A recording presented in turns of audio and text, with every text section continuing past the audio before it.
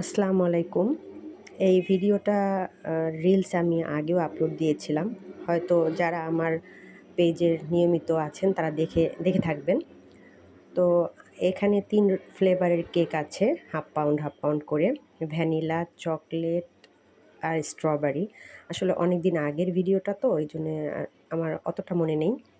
তো আমি এখানে একটা কেক ডেকোরেশন করছি। দেখতেই পাচ্ছেন ছোট একটা স্টিকার দিয়ে নিয়েছি। তারপরে পাইপিং ব্যাগের সাহায্যে এখানে লাভ এঁকে নিচ্ছি ছোট, ছোট।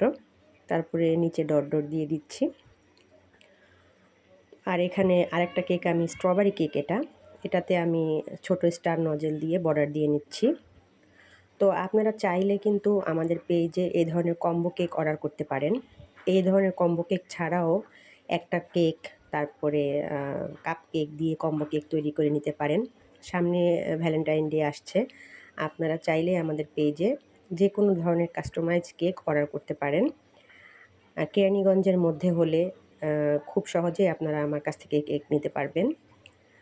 আর পিকআপ পয়েন্ট থেকে নিলে তো কোনো কথাই নাই, আপনাদের ডেলিভারি চার্জও দিতে হবে না।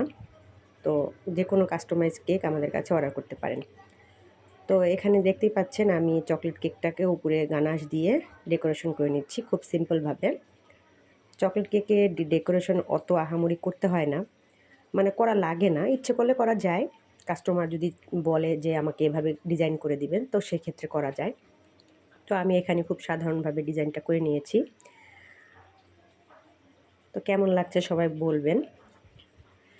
এখন তো ফেসবুকে ঢোকাই যাচ্ছে না, যে এক অবস্থা।